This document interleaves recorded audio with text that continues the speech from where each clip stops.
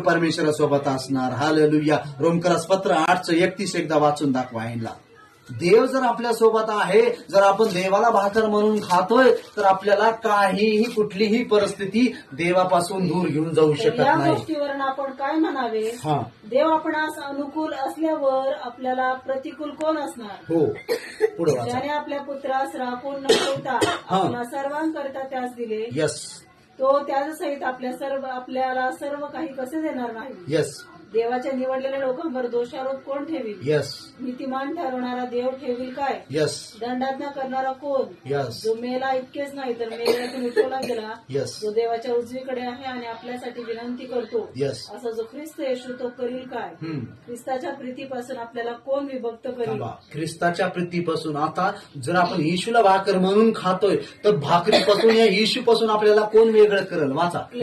क्लेश, आपत्ती, छळणूक, उपासमार, नग्नता, संकट किंवा तलवार ही वेगळं करतील का? असा शास्त्रलेख. आपण आज विश्वासामध्ये मजबूत व्हायला पाहिजे. जर मी ख्रिस्ताला खातोय, तर उपासमार मला मारून टाकणार नाही, छळ मला मारून टाकणार नाही, संकट मला मारून टाकणार नाही. ही विश्वास आपल्यामध्ये पाहिजे की मी ख्रिस्ताला खातोय, जीवनाची भाकर मी खातोय, मी ख्रिस्ताला परिधान केलेला आहे. कुठलीही गोष्ट मला आता येशू ख्रिस्तापासून वेगळं करायला सक्षम नाही या भूतलावर. हे आपल्याला शिकलं पाहिजे. पैसा नसल, आपल्याला वाटतं की पैसा असेल मध्येच आपल्याला देव आनंद देईल. पैसा असला म्हणजे, सोनं असलं म्हणजे, चांदी असलं म्हणजेच मला देव आशीर्वादित करेल. या देव माझ्याकडे सगळं काय. कुठलीही गोष्ट देव म्हणतोय मी माझ्या स्वतःच्या पुत्राला तुम्हाला देऊन टाकलंय, तर तुम्हाला ह्या गोष्टी द्यायला मी कमी करणार आहे का या जगामध्ये? सोनं द्यायला माझे हात खुडलेत का?